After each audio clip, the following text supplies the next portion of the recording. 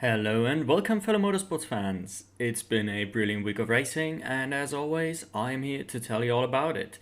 For this episode, we're going to cover the karting bit of the racing week, which in this case means the WSK Final Cup, the first round of said Final Cup at the old South Garda karting facility.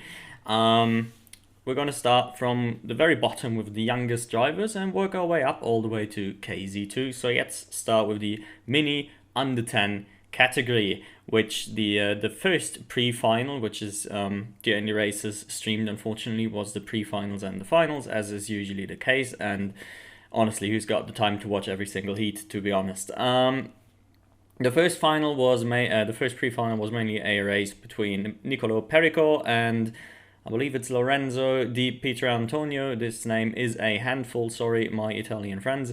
Yeah, they had a pretty nice scrap for the lead all race long, with like sort of the whole top 5 in the picture, but at the end Perico did secure the win.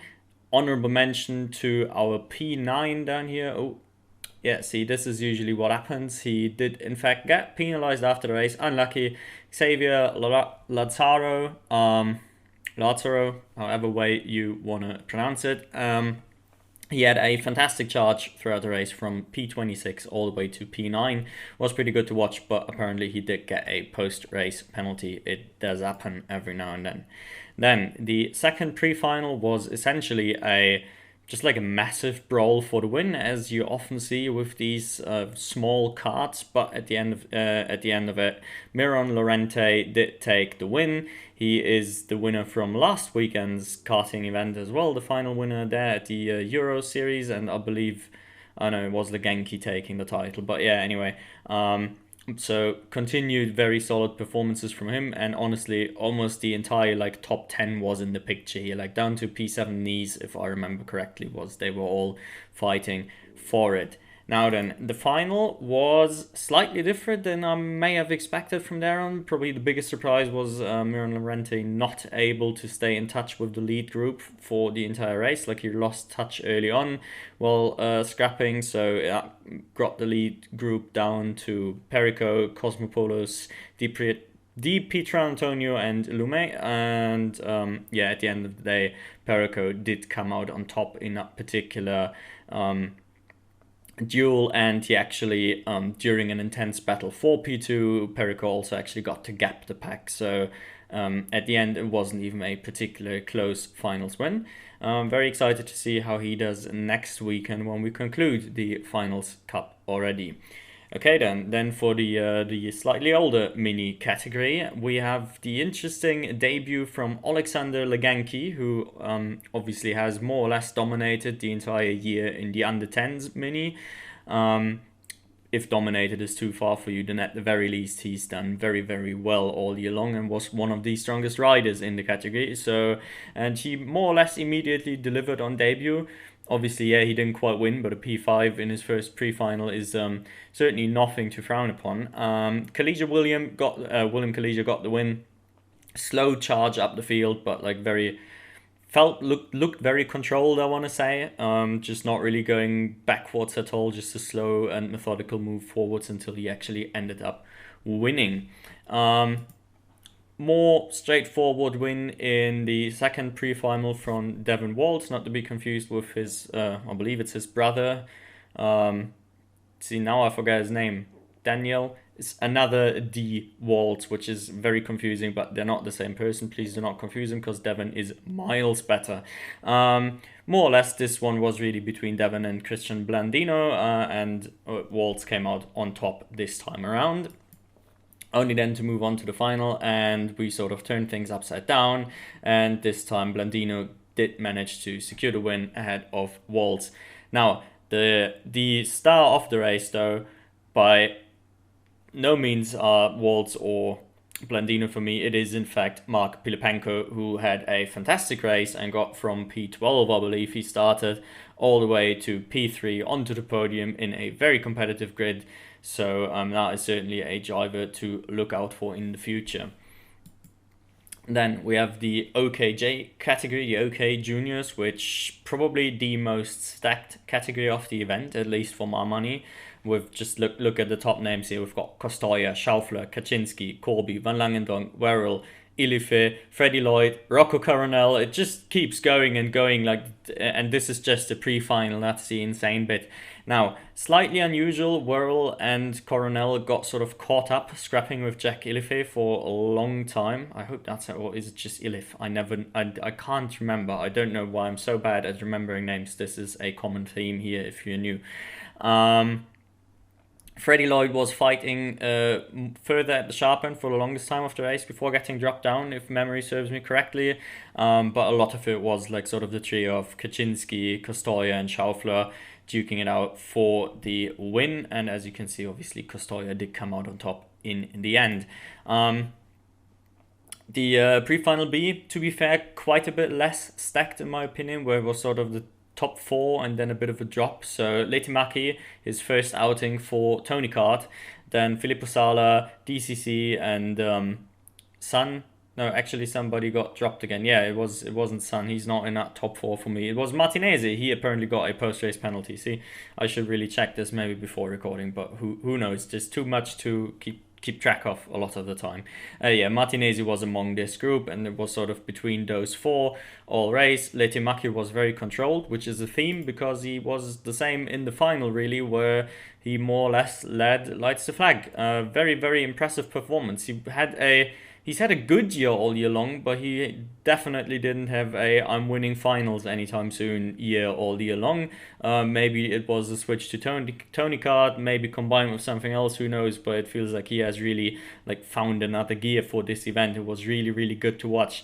Niklas Schaufler is obviously one of those like very competent drivers all year long, maybe a little bit inconsistent, but then again, it's very difficult to be consistent at these karting events. Bit sad that he again didn't quite get the final win, but P2 very strong, and he was the only one able to go with Lehtimaki. Like, the pair gapped the field quite quickly, whereas they then behind started scrapping Kostoya, Martinez, Van Langendonk. They were all fighting for P3, which in the end Kostoya again secured. This field is insanely strong, very, very good to watch. Like, reigning world champion Van Langendonk only in P5, Werrell, who's basically won every other race this year, it feels like, down in P12. He was a bit bizarre, really. He struggled to go with the pack. That was an interesting one. Either way, yeah, OK Junior, probably the best, just from entertainment value for me, the best karting category to watch this year. Okay, then we have the OK category, and here the big talking points for me anyway is a couple notable promotions, or however you want to call it, people stepping up to new categories, which namely Alexander Bondarev, Tibor Ramekaz, and not Filippo, Time Saleh, yeah, Time Saleh, all 3 of them coming up from the OK Junior category. Obviously Bondarev, you probably have heard of as a Williams Junior, even recently signed, and the other 2, Saleh is affiliated with the Sauber Academy, and Ramek is not affiliated with anyone, but he probably should be because he's been one of the top OK Junior drivers all year long as well.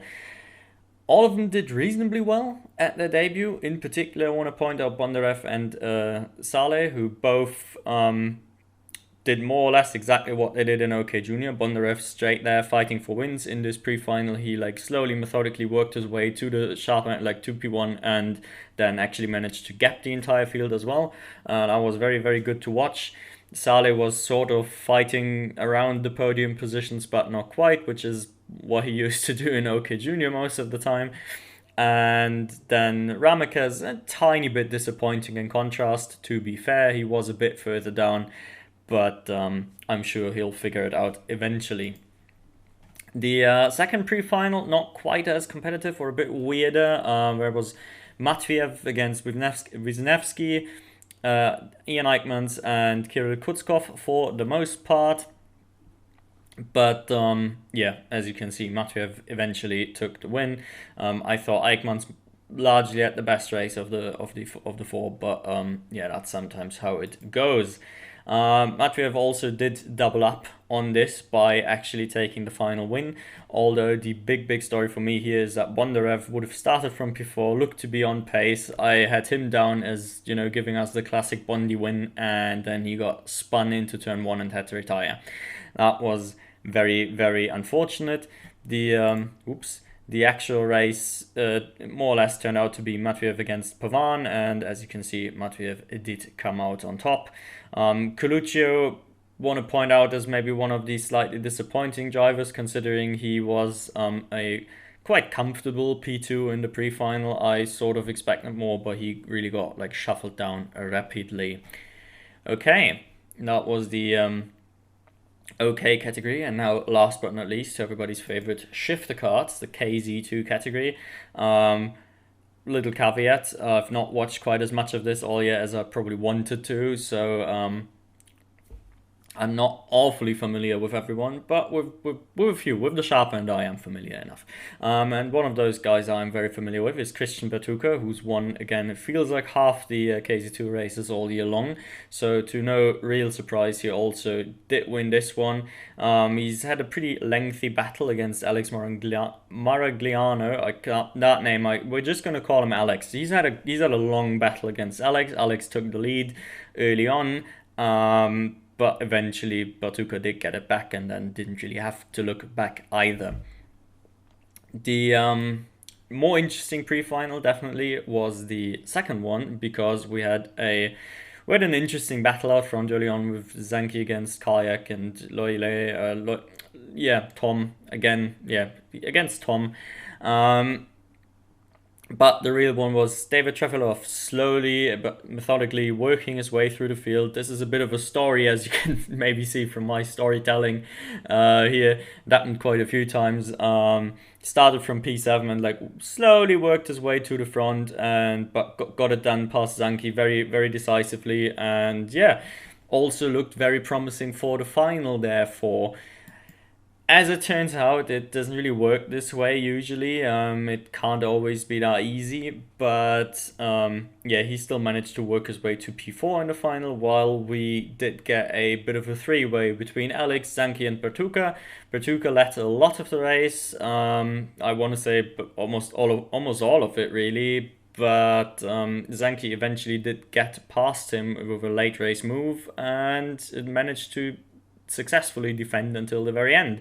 At the end, it was a 6-4 battle all the way down to Maxim Orlov, all 6 in win contention, and Legenkyi held them all off, got the win, and is therefore the leader going into next week's round. Now, he didn't look like the fastest driver, I want to say, which, if that's fair to say, I feel like Trefilov's been better, Bertuka's been better, if you can say that. Alex wasn't really. Alex really has been overperforming with not quite the best raw pace as well, it feels like. But yeah, for Legenkyi to win this did come as a little bit of a surprise, but a fun race nonetheless, and I do actually recommend watching this one. The only other notable thing I want to point out about the entire KZ2 category here was I believe it's his KZ2 debut from Gabriel Gomez, who has done fantastic things in the CRG OK squad all year long. He's won a bunch of finals. He's been in contention for the European title, and now he's looking to step up to the shifter cards, and he's done, I want to say, reasonably well. Not a front runner, but like sort of maybe you can put him into the Ramekes bracket of, okay, at least immediately competing for top 10s, for top 15s. No question that he's going to be in the final and all these sorts of things. So a promising debut, and I'm looking forward to see what he can do next week. If you want to hear me talk about next week, I would really recommend you to subscribe to the channel, because we'll be reviewing the second round as well. Otherwise, thanks for watching, stay healthy, and I'll see you all next week. Bye bye.